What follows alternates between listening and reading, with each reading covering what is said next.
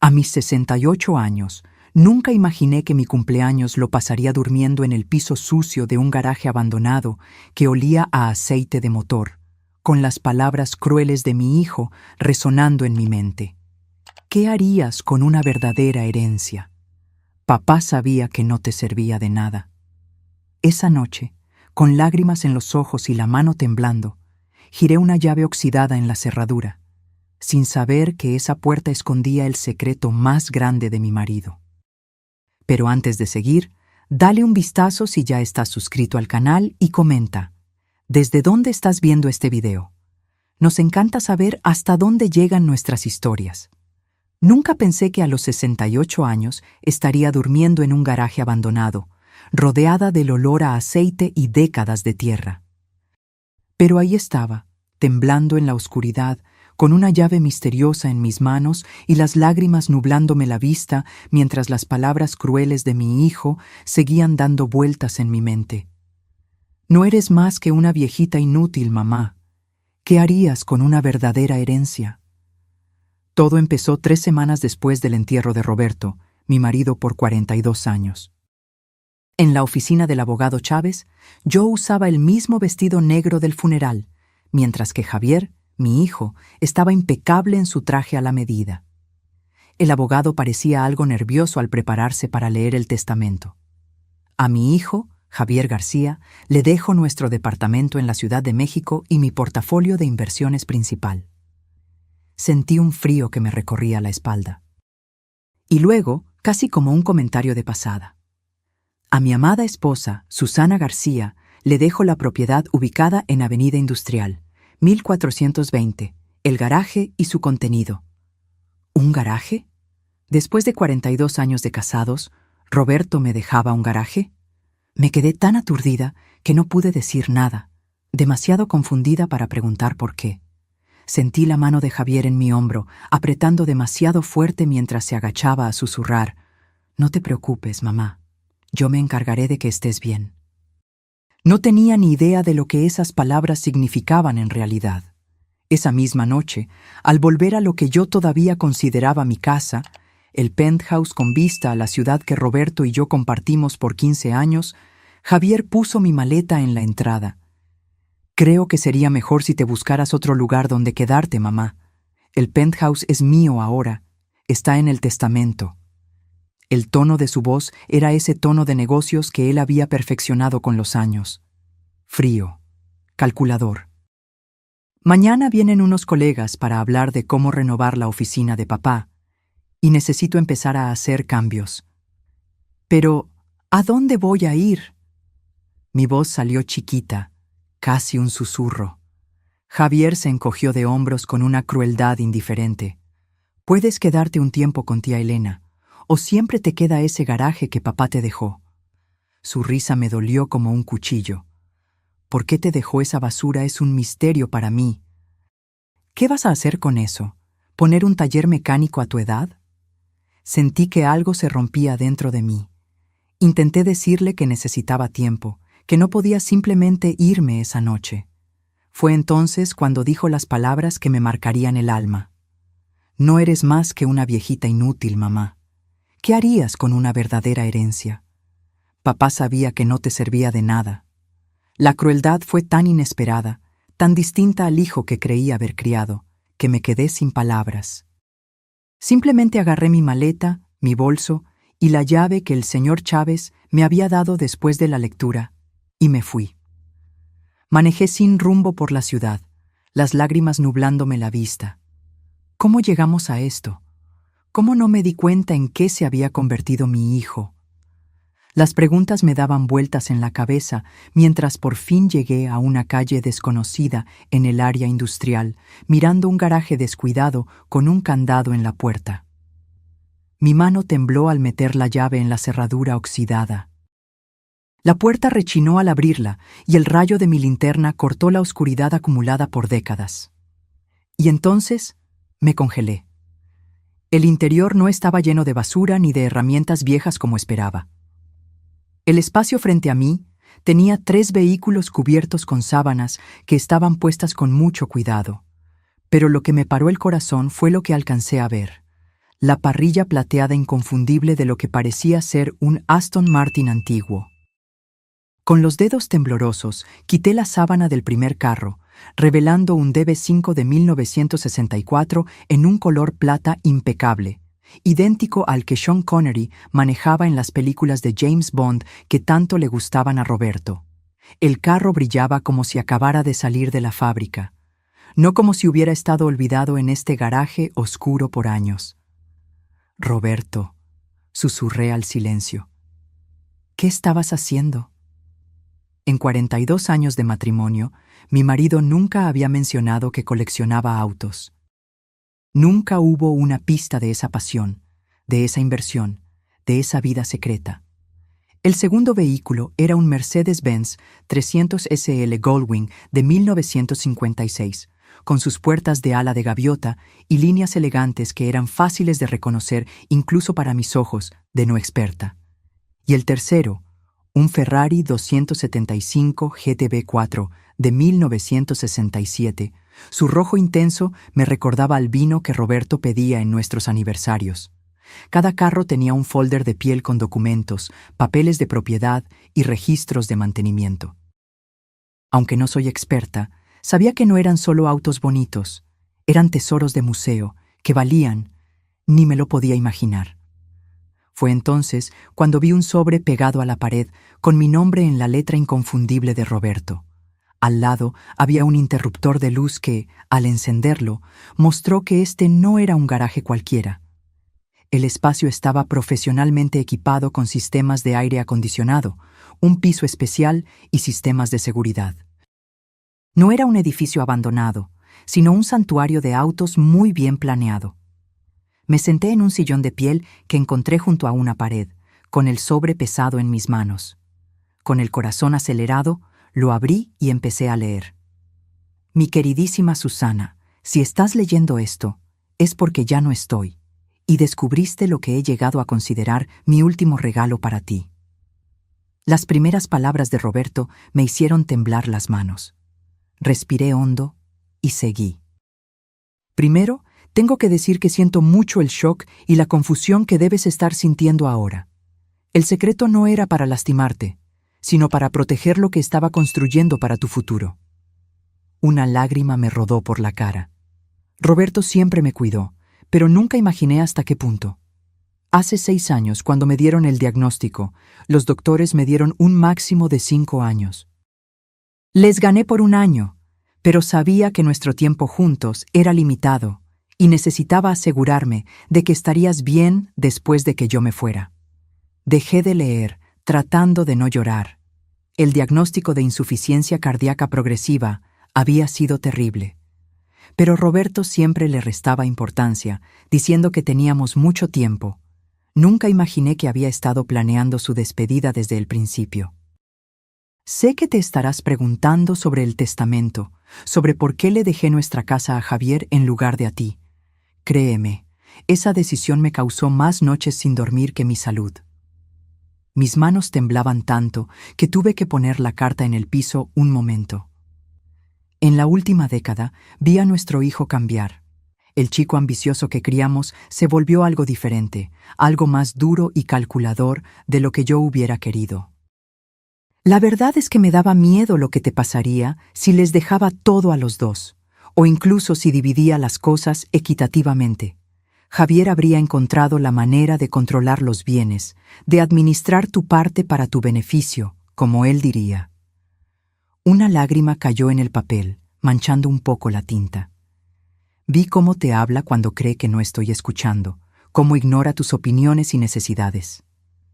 No me había dado cuenta de que Roberto había notado esas cosas. Yo siempre excusaba el comportamiento despectivo de Javier, diciéndome a mí misma que solo estaba ocupado, estresado con su trabajo.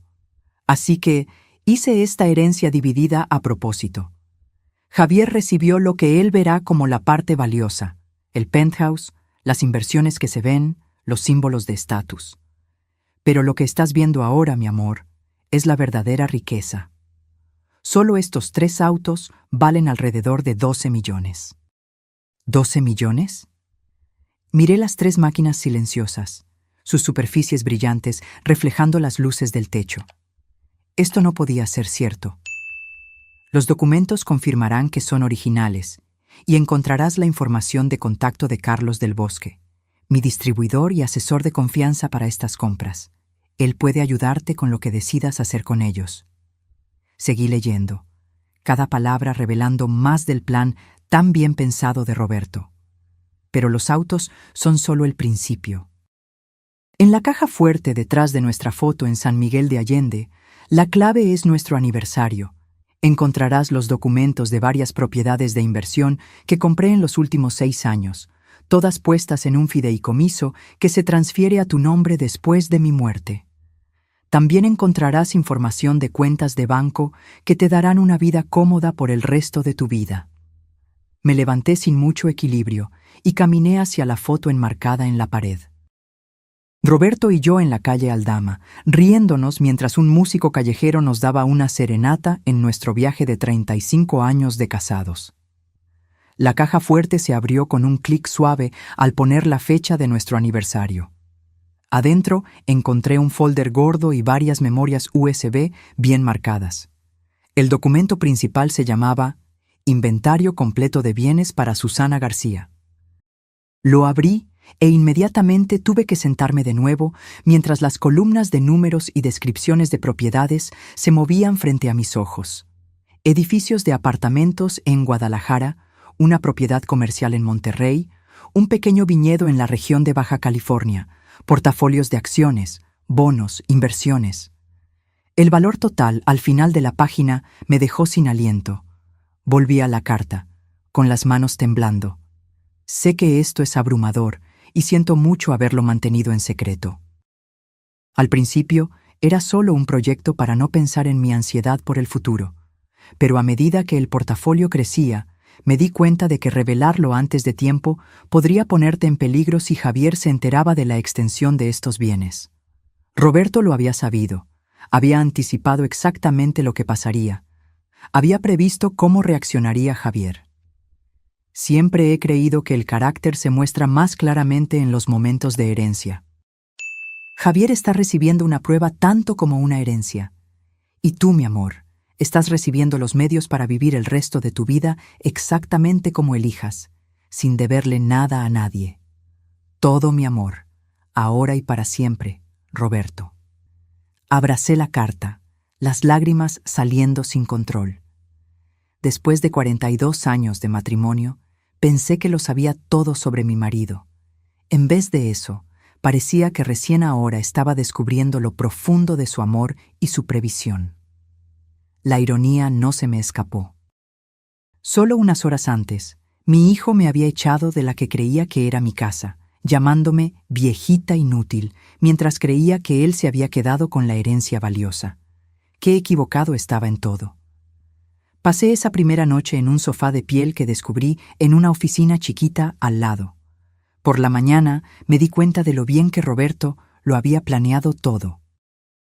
La oficina tenía un baño pequeño con regadera, un mini refrigerador con agua y comida básica, e incluso un pequeño closet con varias mudas de ropa de mi talla, con las etiquetas aún puestas. La luz del día mostró que el garaje no era un lugar abandonado, sino una instalación renovada con mucho cuidado. Lo que parecía descuidado por fuera era una trampa intencional, escondiendo los tesoros que había dentro. Después de un desayuno simple, llamé al número de Carlos del Bosque que Roberto había puesto en su carta. Contestó al segundo timbrazo. Señora García, esperaba su llamada. Primero, por favor acepte mi pésame por su pérdida. Roberto no era solo un cliente, sino un amigo. 2 horas después, llegó un señor elegante de unos 60 y tantos años. Carlos del Bosque se veía exactamente como su voz sonaba. Canoso, impecablemente vestido con un saco de tweed con parches de piel en los codos. Su marido empezó a comprar estos vehículos hace más o menos 6 años, me explicó. Fue muy metódico. Cada compra fue investigada a fondo por su autenticidad, origen y potencial para invertir. «¿Pero por qué autos?», le pregunté, todavía tratando de conectar esta pasión con el marido que creía conocer por completo. Carlos sonrió amablemente.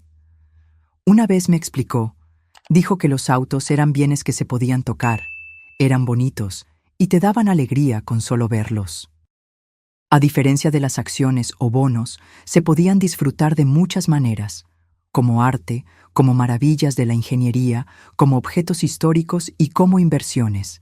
Él quería dejarle algo que usted pudiera ver y tocar, no solo números en un papel. Me dio un nudo en la garganta al escuchar cómo Roberto pensaba. Era tan propio de él, práctico, pero al mismo tiempo muy considerado. La colección ahora vale más o menos 12 millones, como Roberto le indicó en su carta, continuó Carlos. Pero su valor ha subido constantemente. Estos modelos en particular son considerados las mejores inversiones en el mundo de los autos de colección. ¿Y qué debo hacer con ellos?, pregunté. Lo que usted quiera, señora García. Puede venderlos por separado o como colección. Puede quedárselos como inversión. O incluso puede manejarlos, aunque eso afectará un poco su valor. No hay prisa para decidir. Roberto pagó por el almacenamiento y el mantenimiento seguro por los próximos 5 años. Pasé los siguientes días revisando los documentos que Roberto había dejado, entendiendo poco a poco lo grande de sus movimientos financieros secretos. Además de los autos, había armado una colección impresionante de propiedades e inversiones que daban dinero, todas puestas de forma que se me transfirieran sin problemas después de su muerte. Un documento en particular me llamó la atención. Las escrituras de una casa modesta, pero muy bonita, en Playa del Carmen, una ciudad de playa que habíamos visitado varias veces a lo largo de los años y que siempre nos gustó. Según los papeles, Roberto la había comprado hace 4 años, ya con todos los muebles y lista para vivir. Tenía una casa de verdad. No solo este garaje, por muy valioso que fuera lo que había dentro. Al caer la noche, mi teléfono sonó, con el número de Javier en la pantalla. Dudé, pero contesté. «Mamá, ¿dónde está?» Su voz tenía molestia en vez de preocupación. «Tía Elena dice que no la ha contactado». «Estoy bien, Javier», respondí, manteniendo mi voz tranquila. «Encontré un lugar para quedarme. Bueno, necesito que venga a recoger el resto de sus cosas del penthouse. Los decoradores van a empezar a trabajar mañana y necesitan que todo esté fuera». Ni una disculpa, ni una palabra sobre su crueldad, solo más exigencias y una falta de respeto. «Entiendo», dije. Una extraña calma me invadió. «¿Y cuándo le vendría bien?» «Mañana por la mañana, antes de las 9. Tengo juntas todo el día». Pensé en los documentos esparcidos frente a mí, la prueba del cuidado y profundo amor de Roberto. Pensé en el hijo que podía echar a su madre sin pensarlo porque era un estorbo. Y tomé una decisión. «Ahí estaré», dije. Al día siguiente, llegué al penthouse exactamente a las 8:45, cuidando mi apariencia. Usé una de las mudas de ropa nuevas del closet del garaje, un traje de pantalón simple pero elegante en color azul marino que me quedaba muy bien. Javier abrió la puerta con el teléfono en la mano. Apenas me miró al entrar. El lugar ya se sentía diferente, más vacío, más frío. Faltaban varias de mis cosas de decoración, y las fotos de la familia que estaban en el pasillo habían sido quitadas. «Por fin», dijo. «Empaqué la mayoría de sus cosas personales. Los decoradores estarán aquí a las 9:30, así que tenemos que ser rápidos». Ni un buenos días, ni una pregunta sobre dónde pasé la noche después de que me echó de mi casa. Solo la prisa por sus propios planes. «Buenos días a ti también, Javier», respondí, mi voz más firme de lo que esperaba. «Veo que ya empezaste a decorar». Él se encogió de hombros, llevándome hacia la recámara principal, donde había varias cajas apiladas. «No tiene caso esperar.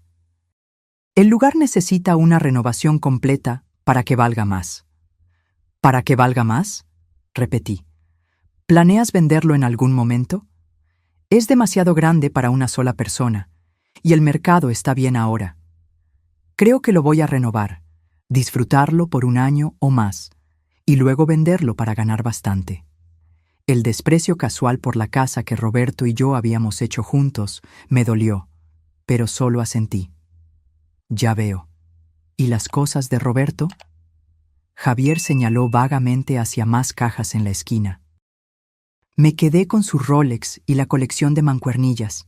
El resto es solo ropa y cosas viejas. Puedes llevarte lo que quieras. Lo demás se lo daré a la caridad. Cosas viejas, repetí en voz baja, acercándome a las cajas. Dentro de la primera encontré los libros que Roberto tanto quería, su colección de plumas fuente antiguas, el suéter que le había regalado la Navidad pasada que todavía olía a él. Cada cosa era una parte del hombre que yo había amado, ahora considerada inútil por nuestro hijo. Empecé a revisar las cajas con cuidado, separando las cosas que para mí eran valiosas, mientras Javier caminaba impaciente, mirando su reloj cada pocos minutos. ¿No puedes apurarte? Finalmente soltó. Es solo cosa, mamá. Ni siquiera tienes un lugar para guardar todo esto. Lo miré, viendo de verdad al hombre en que se había convertido mi hijo. Guapo como su padre, pero sin la calidez o la compasión de Roberto en sus ojos. Sí tengo un lugar, dije con calma, y voy a tomarme el tiempo que necesite. Estas no son solo cosas, Javier, son recuerdos. Él puso los ojos en blanco. Está bien, tengo llamadas que hacer. Solo termina para las 9:30. Salió sin mirar atrás. Mientras seguía eligiendo cuidadosamente las cosas, me encontré pasando por etapas de duelo, no solo por Roberto, sino por el hijo que pensé que había criado.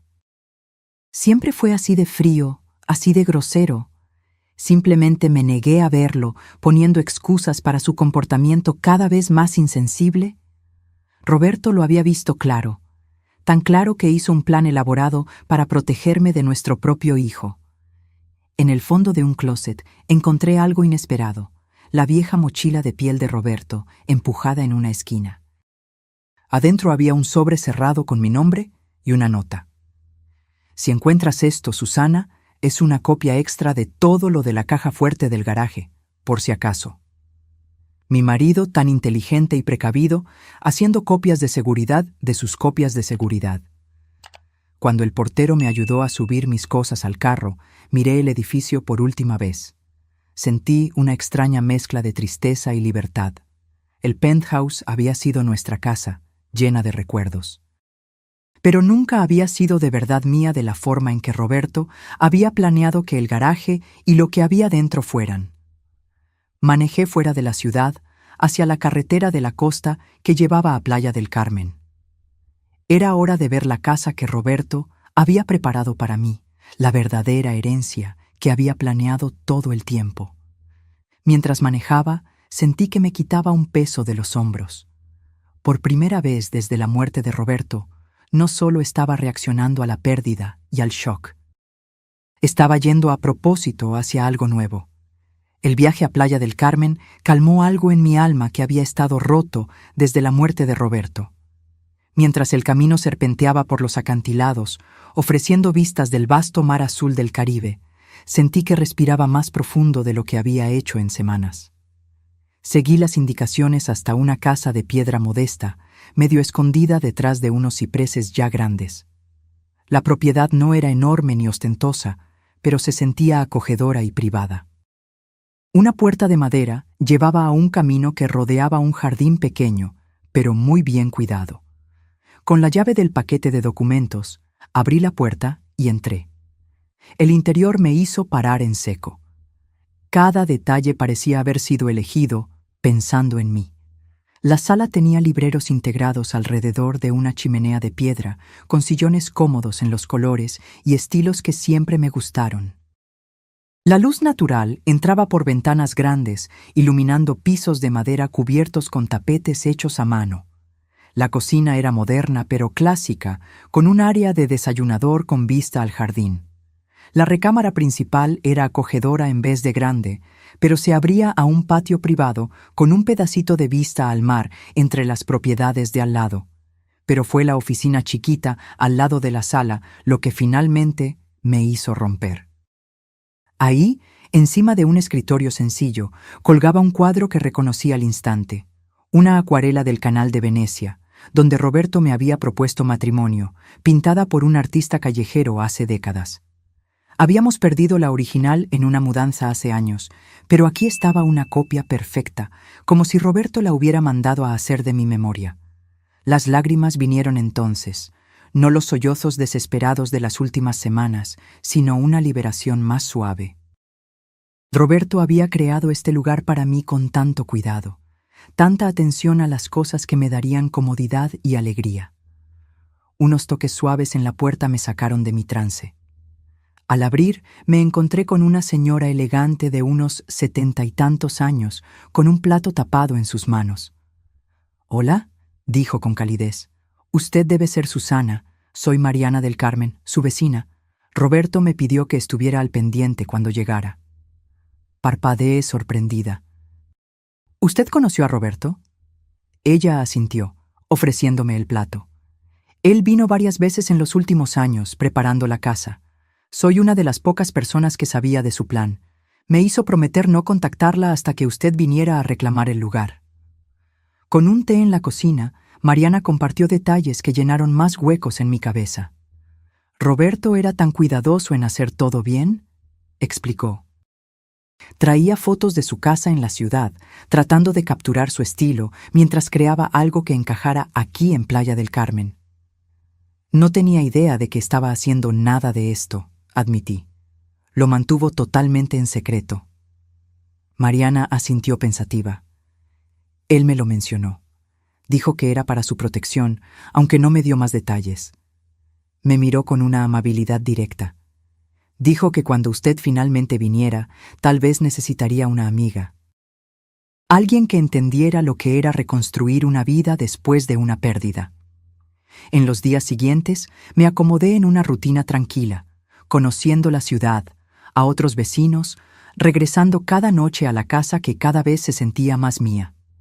Al cuarto día, mi teléfono sonó con el número de Javier. Dudé antes de contestar. «Mamá, ¿dónde está?». Su voz tenía esa misma nota de impaciencia. «Tía Elena dice que no se ha quedado con ella». «Estoy tomándome un tiempo para mí, Javier», respondí. «Encontré un lugar para quedarme». «¿Qué significa eso? ¿Qué lugar? No puede simplemente desaparecer así». «No voy a hablar de dónde estoy ahora. ¿Había algo en específico que necesitabas?». Una pausa. Luego su voz cambió a su tono de negocios. «De hecho, sí. He estado revisando los papeles de papá más a fondo y encontré algunas referencias a inversiones adicionales que no estaban en el testamento. Creo que puede haber cuentas o propiedades de las que todavía no sabemos». Mi corazón latió más rápido, pero mantuve la voz firme. «Ah, ¿qué tipo de referencias?». «Nada específico, solo notas sobre reuniones con asesores financieros que no reconozco. Algunos comentarios misteriosos sobre asegurar bienes futuros». Javier estaba sospechando, buscando bienes que creía que eran suyos por derecho. ¿Cuánto tiempo pasaría antes de que descubriera la verdad? Si hubiera bienes adicionales, estoy segura de que el señor Chávez los habría mencionado, respondí. «Tal vez», dijo Javier sin estar convencido. «Mira, ¿cuándo va a volver a la ciudad? Deberíamos hablar de esto en persona». «No estoy segura de cuándo volveré», respondí. «Necesito este tiempo lejos». Su frustración se sentía, incluso a través del teléfono. «Mamá, esto es ridículo. No puede simplemente irse sin decirle a nadie dónde está». «Estoy perfectamente bien, Javier. No estoy vagando por ahí y no estoy sola. Simplemente estoy tomándome un tiempo para procesar todo lo que pasó». Después de colgar, me senté en el jardín a pensar en esto. La pregunta que Roberto había hecho en su carta me daba vueltas. ¿Se probaría Javier digno de compartir esta riqueza inesperada? Hasta ahora, sus acciones solo habían confirmado las preocupaciones de Roberto sobre su carácter. Pero la gente puede cambiar, ¿no? El hijo que recordaba de años atrás, el que tenía compasión y calidez genuina. ¿Seguía ahí en algún lugar? 3 meses después, me había acomodado en una rutina que se sentía cada vez más natural. Dividía mi tiempo entre arreglar la casa, explorar mi nueva comunidad y manejar las responsabilidades que venían con la herencia inesperada de Roberto. Con la ayuda de la abogada Patricia del Olmo, había establecido un sistema cómodo para supervisar las propiedades y las inversiones. Los autos seguían en su garaje seguro, cuidados por el equipo de Carlos del Bosque. Incluso manejé el Aston Martin una vez, un viaje con un poco de miedo por la carretera de la costa que me hizo sentir feliz y extrañamente más cerca de Roberto. Javier y yo teníamos una relación tensa, hablábamos principalmente por correos formales sobre cosas prácticas. Como Patricia había predicho, sus primeras investigaciones legales para pelear la herencia se acabaron después de que los abogados confirmaron que los arreglos de Roberto eran muy sólidos. Estaba podando rosas en el jardín cuando un carro que no reconocí se detuvo. Salió una mujer, alta y con aire profesional, con la eficiencia de alguien que está acostumbrado a manejar problemas. Señora García, soy Clara Mendoza, la asistente de Javier. ¿Puedo hablar con usted un momento? Algo en su manera, tensa y urgente bajo la capa profesional, me dio un escalofrío de preocupación. En la sala, Clara se sentó en la orilla del sillón, rechazando mi oferta de té. Señora García, estoy aquí porque Javier ha tenido algunos problemas serios. Me pidió que hablara directamente con usted, ya que sintió que tal vez no le contestaría la llamada. ¿Qué tipo de problemas?, pregunté, aunque una sensación de que algo malo pasaba me decía que ya lo sabía. Financieros, principalmente. Abrió un folder delgado. Los costos de la renovación del penthouse pasaron el presupuesto por casi el doble. Hubo problemas con la estructura que no se podían prever, lo que requirió una inversión adicional importante. No me sorprendió. Roberto había mencionado la infraestructura vieja del edificio hace años, aunque sus sugerencias sobre darle mantenimiento habían sido ignoradas como gastos innecesarios. Al mismo tiempo, Clara continuó, la inversión principal de Javier falló. Había puesto mucho dinero en un proyecto de construcción que se topó con problemas de permisos. Los detalles son complicados, pero básicamente está enfrentando pérdidas serias con poco dinero en efectivo. Ya veo, mantuve mi cara seria. ¿Y cómo me afecta a mí? Clara se movió incómoda. Señora García, para serle sincera, Javier necesita ayuda económica. Él sabe que usted tiene los recursos que podrían ayudarlo a evitar la quiebra y perder el penthouse. Ahí estaba. El pedido que había esperado desde la pelea hace 3 meses. Lo siento, no un intento de hacer las paces, sino una petición de dinero entregada por una intermediaria para evitar la vergüenza de preguntar directamente. ¿Javier ha pensado en vender el penthouse?, pregunté. Incluso a medio renovar, probablemente cubriría sus deudas. Exploró esa opción, Clara admitió. Lamentablemente, en su estado actual, a la mitad de la renovación, la propiedad se vendería con una pérdida importante. Además, hay complicaciones con algunos de los contratistas. En otras palabras, Javier probablemente se había peleado con el equipo de construcción por su forma de ser o por no pagarles. Aprecio que haya venido a explicarme la situación, dije después de un momento.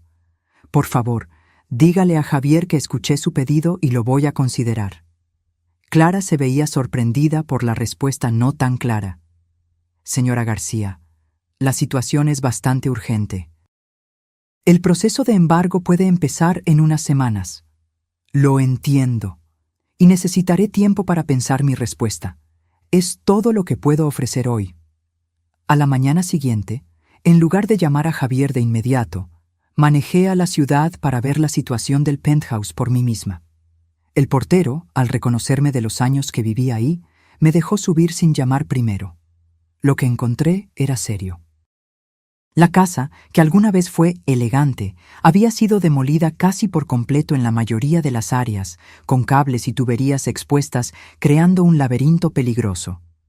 El equipo de construcción estaba abandonado, una fina capa de polvo sugiriendo que habían pasado semanas desde que se había hecho algo. Mientras caminaba por lo que había sido nuestra casa, sentí una mezcla de emociones. Tristeza por la destrucción de los espacios que tenían tantos recuerdos, frustración por el desperdicio y la mala administración, y gratitud por la previsión de Roberto al protegerme. Estaba revisando los daños por agua cuando escuché la puerta de la entrada abrirse. «¡Mamá!». La voz de Javier se escuchó en el espacio vacío. El portero dijo que estaba aquí. Apareció en la puerta y me sorprendió lo diferente que se veía. Su apariencia siempre impecable se había descuidado. Su ropa todavía era cara, pero se veía arrugada, su cara mostrando el estrés de noches sin dormir. Había bajado de peso, los ángulos de su cara resaltando lo mucho que se parecía a Roberto en sus momentos más difíciles.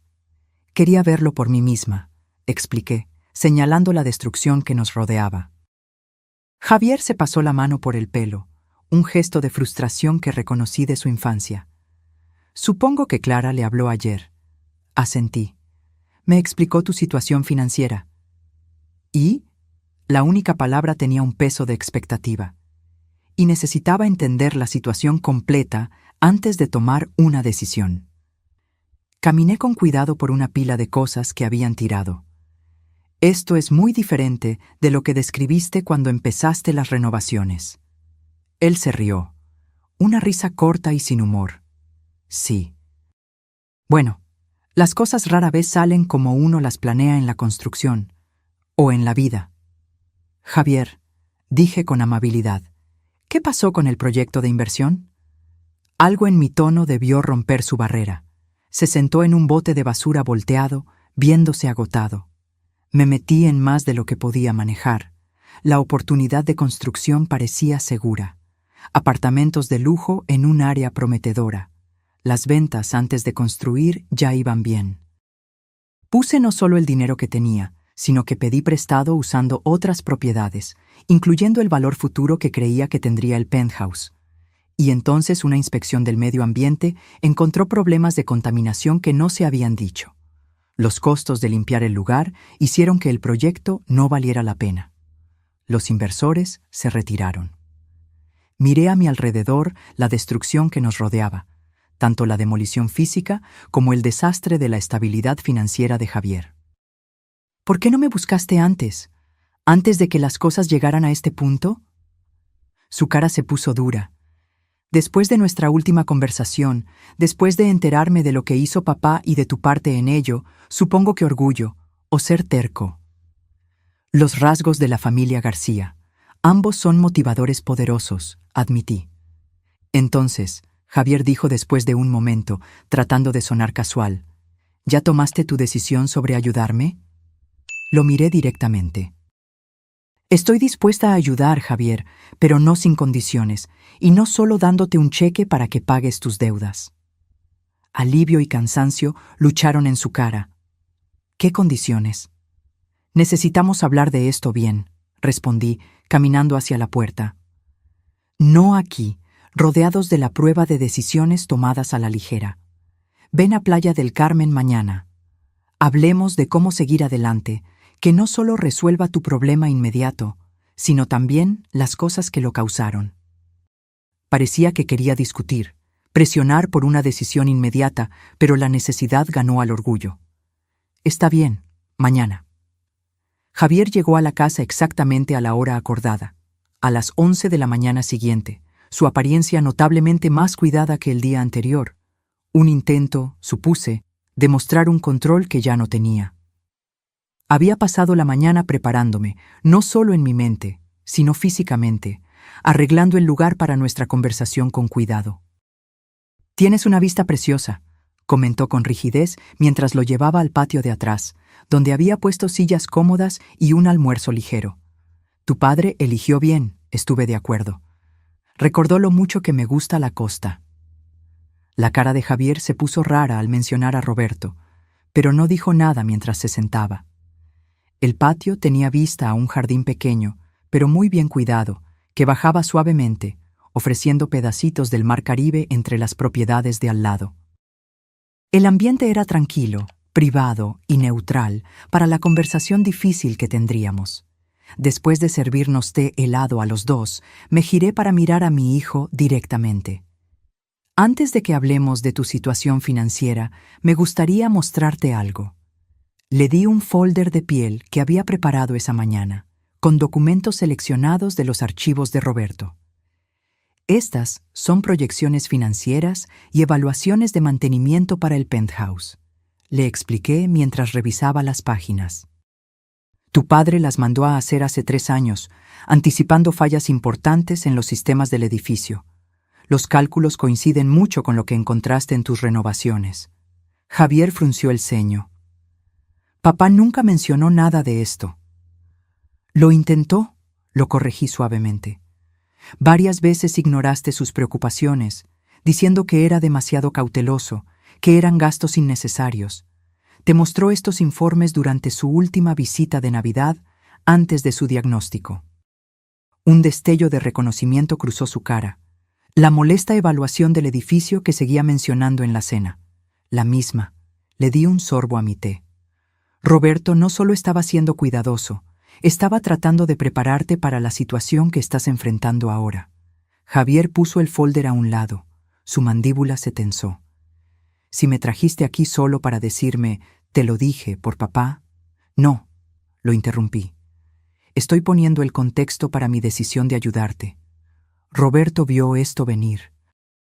No solo los problemas del edificio, sino el patrón de decisiones que te llevaron a tu crisis actual.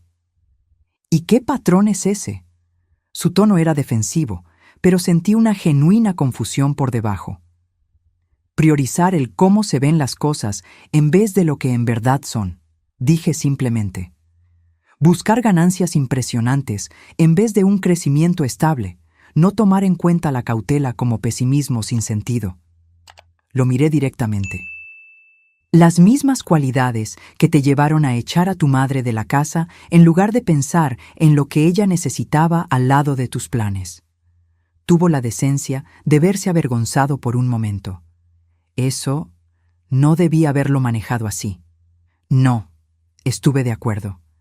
No debiste. Un silencio se apoderó de nosotros, solo el sonido lejano de las olas y el canto ocasional de los pájaros marinos. Javier se movió un poco, no acostumbrado a que yo fuera tan directa. A lo largo de su vida adulta, yo había sido la que hacía la paz, la que suavizaba las cosas, la que se acomodaba a sus humores. Entonces, ¿qué me propones? Finalmente preguntó. ¿Cuáles son esas condiciones para tu ayuda? Primero, transparencia total, respondí. Necesito ver todo. Todas las cuentas, deudas, contratos, compromisos. Nada escondido ni que no me digas por conveniencia. Él asintió con rigidez. Está bien. ¿Qué más? Manejo financiero profesional de ahora en adelante, continué. Has demostrado que tu juicio en estos asuntos se ve afectado por la impulsividad y el exceso de confianza. Cualquier dinero que te dé se manejará a través de fondos con la supervisión adecuada. Su cara se oscureció. Entonces, ¿voy a tener un estipendio como un niño? Como alguien que ha cometido errores financieros serios y necesita protección mientras se recupera, lo corregí. No es un castigo, Javier. Es para proteger el dinero y a ti mismo. Y supongo que tú vas a controlar esos fondos. No, dije, sorprendiéndolo. Administradores independientes con responsabilidad legal. No me interesa controlar tu vida, solo asegurarme de que la ayuda que te doy de verdad te ayude a mejorar a largo plazo. Él asimiló eso, claramente luchando entre su necesidad desesperada de ayuda y su resistencia a perder su autonomía. ¿Y el penthouse? Todavía es mío. La solución más práctica sería venderlo, dije, observando su reacción. Incluso en su estado actual, cubriría una parte importante de tus deudas. Podrías empezar de nuevo, tal vez en una propiedad que sea más fácil de manejar. ¿Venderlo? La idea parecía genuinamente chocarle. Pero es nuestra casa de familia. Es donde papá y tú... Es un lugar físico, Javier. Lo interrumpí suavemente. Uno que estabas ansioso por desarmar y cambiar hace solo unos meses. Los recuerdos no están en las paredes. Se levantó de repente, caminando por el pequeño patio. No lo entiendes. Venderlo sería admitir mi fracaso total. Todo el mundo se enteraría. Y ahí estaba, el meollo de su resistencia. No el apego emocional a nuestra casa familiar, sino la preocupación por lo que la gente pensaría de venderla bajo presión financiera. Apariencia en vez de lo que de verdad importaba, una vez más. La gente ya lo sabe, dije con calma. La construcción se detuvo hace meses. Los contratistas han puesto demandas para que se les pague. La comunidad financiera habla de estos asuntos. Dejó de caminar, sus hombros caídos. En verdad lo arruiné todo, ¿no? La vulnerabilidad en su voz me tomó por sorpresa. Por primera vez desde la muerte de Roberto, vi a mi hijo detrás de su defensa, confundido y finalmente enfrentando las consecuencias de años de darle importancia a la apariencia. No todo, dije, mi voz se suavizó. Pero creaste un problema serio que requerirá cambios igual de serios para solucionarlo. Javier se sentó de nuevo en la silla, viéndose de repente agotado. Entonces, ¿qué me ofreces exactamente? Un camino estructurado hacia adelante, respondí. Voy a crear un fondo que le pague a tus deudas más urgentes y evite la quiebra. Contrataremos a profesionales para que terminen las renovaciones o preparen el penthouse para venderlo, dependiendo de lo que tenga más sentido después de una evaluación. ¿Y a cambio? A cambio, aceptas la supervisión financiera por un tiempo definido. Trabajas con un consejero sobre lo que en verdad te ha llevado a esta situación. Y dudé. Luego continué con firmeza. Haces las paces por cómo me trataste después de que tu padre murió. Sus ojos se encontraron con los míos. ¿Hacer las paces? ¿Qué significa eso exactamente? Significa reconocer el daño que hiciste. Significa entender que las relaciones tienen consecuencias, igual que las decisiones financieras. Me incliné un poco. Javier, no te estoy ofreciendo ayuda solo como un negocio. Te la ofrezco como una madre que cree que su hijo puede ser mejor de lo que su comportamiento reciente sugiere. Algo en mis palabras pareció romper la barrera que él había mantenido. Miró a otro lado, parpadeando rápido. No quise decir lo que dije ese día, dijo suavemente, sobre que eras inútil. Estaba enojado y me desquité. Tal vez, admití. Pero esas palabras no salieron de la nada. Reflejaron una actitud hacia mí, hacia las mujeres mayores en general, que has tenido por un tiempo. Él no lo negó, lo cual era un pequeño avance. Necesito tiempo para pensar en todo esto, dijo finalmente. Tómate el tiempo que necesites, respondí. Pero recuerda que los plazos de tus acreedores no se ajustarán a tu tiempo de pensar. La primavera volvió a Playa del Carmen, pintando el jardín de la casa con explosiones de color contra el fondo azul del mar Caribe.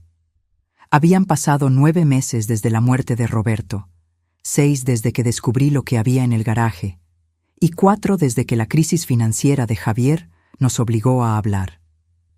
Después de 3 días de silencio, Javier había llamado con una respuesta que me sorprendió. Lo haré. Todo, lo que sea necesario. El camino desde esa aceptación no fue fácil.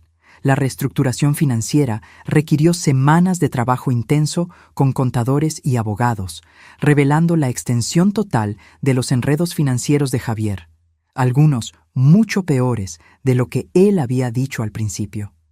El penthouse requirió decisiones difíciles, terminando en un acuerdo, completar las renovaciones esenciales para poder venderlo, y luego venderlo para cubrir las deudas más urgentes. Más difícil que estas cosas prácticas fue el trabajo personal que Javier aceptó hacer. Las sesiones semanales con un terapeuta, al principio tomadas con escepticismo, poco a poco se convirtieron en una fuente de verdadero entendimiento. Nuestra relación entró en un nuevo territorio, uno que ninguno de los dos manejaba perfectamente, pero con una honestidad cada vez mayor de ambos lados. Estaba cuidando las rosas cuando un carro familiar se detuvo. Javier salió cargando un paquete pequeño, su apariencia visiblemente diferente de su antigua persona, de ejecutivo formal, y también del hombre desesperado que había enfrentado la ruina. Su ropa todavía era de buena calidad, pero menos llamativa, su actitud más relajada. Incluso se había dejado una barba corta que suavizaba los ángulos de su cara, haciéndolo parecerse mucho a Roberto cuando era más joven. El jardín se ve increíble, comentó, saludándome con un beso en la mejilla, un gesto que se sentía muy sincero. De verdad transformaste este lugar. Solo trabajando con lo que tu padre empezó, respondí, dejando a un lado mis herramientas. Mientras nos sentábamos, en lo que se había convertido en nuestra rutina de visitas mensuales, noté la tranquilidad que había reemplazado la tensión anterior. La venta del penthouse es la próxima semana, me dijo. La inspección final salió bien. Vamos a ganar alrededor de 40% más de lo que estimaban al principio si la vendíamos por emergencia. Es una excelente noticia, dije. Eso le dará al fondo más opciones para tus próximos pasos. Sobre esos próximos pasos, Javier puso su taza con cuidado. Quería hablarte de algo. Me ofrecieron un puesto en una organización de desarrollo comunitario que se enfoca en proyectos de vivienda accesible. Levanté las cejas, incapaz de esconder mi sorpresa. La carrera de Javier siempre había sido en bienes raíces comerciales de lujo, con un desprecio frecuente por la vivienda accesible.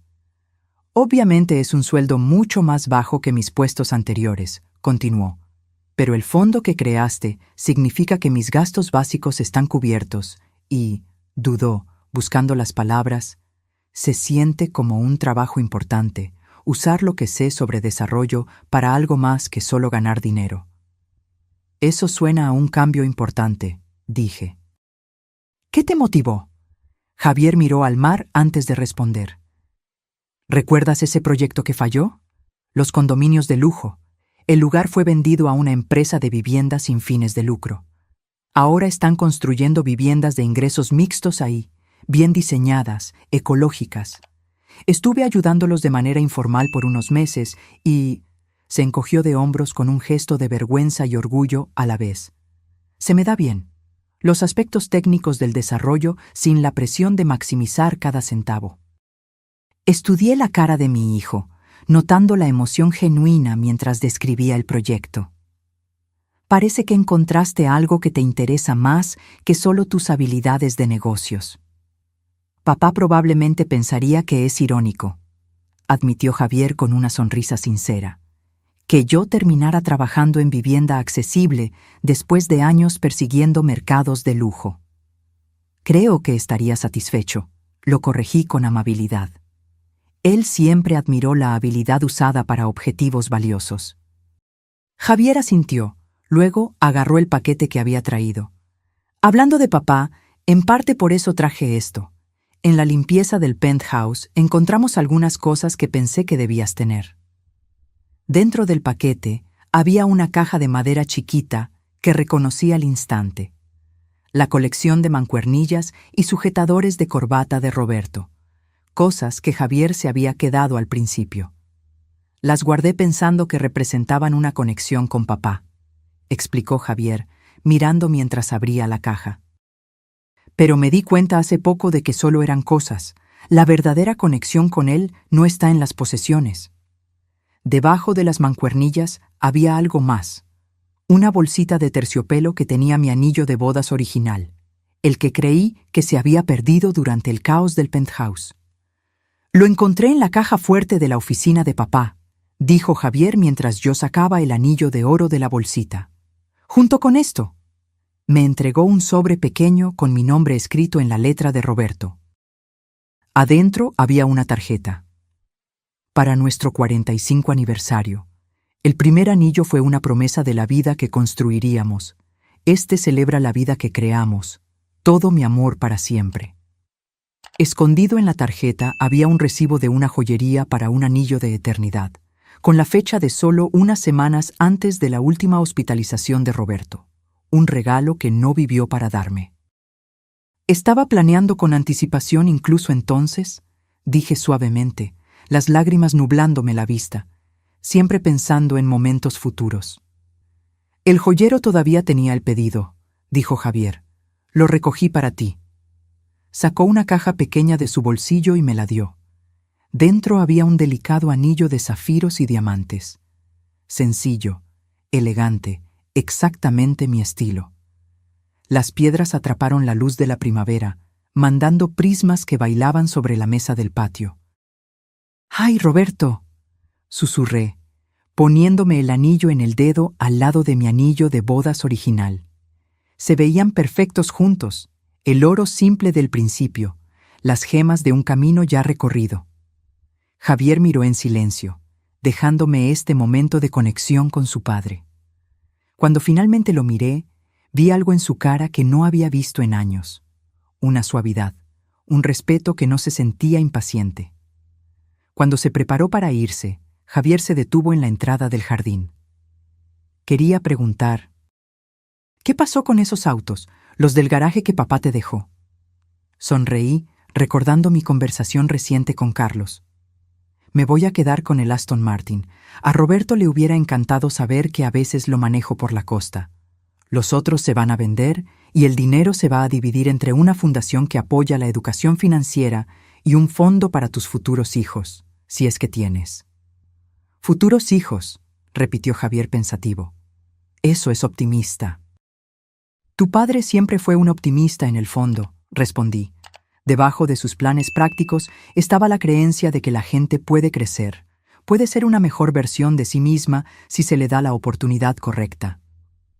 Esa noche manejé el Aston Martin por la carretera de la costa, el motor potente rugiendo mientras pasaba por curvas que Roberto nunca me vio tomar. El atardecer convirtió el mar en oro líquido, mientras mis manos, adornadas con el anillo simple del principio y el círculo de joyas de la conclusión, movían el volante con una confianza cada vez mayor. Tenías razón, dije en voz alta a la memoria de Roberto, mi voz llevada por el viento, en tantas cosas. El garaje que no servía para nada y que una vez representó el desprecio de mi hijo por lo que valgo, no solo cambió mi vida, sino también nuestra relación. La herencia que parecía tan cruelmente injusta resultó ser la última muestra de sabiduría y amor de Roberto para los dos. Mientras regresaba a casa, mi casa, sentí que todo se había cerrado, que un ciclo terminaba y uno nuevo empezaba. Sin importar lo que el futuro trajera, lo enfrentaría con la seguridad de los planes de Roberto, las lecciones de este año difícil dentro de mí y la sabiduría que gané de saber lo que valgo, guiándome. La llave del garaje que una vez solo abrió una puerta física, finalmente había abierto algo mucho más valioso, una nueva manera de entender el amor, el legado y la valentía de empezar de nuevo, sin importar la edad o las circunstancias. Ahora, si te gustó esta historia, dale clic a este próximo video que está apareciendo en la pantalla, porque en él hay una historia de traición y giros inesperados, como nunca antes viste.